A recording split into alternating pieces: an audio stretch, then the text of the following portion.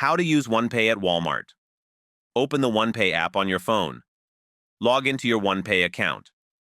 Check if you already have a OnePay card linked to your wallet. If not, apply for a OnePay debit or credit card through the app. Activate your new OnePay card. Ensure your card has sufficient balance or credit limit. Go to Walmart, either in-store or online. Select the items you want to buy.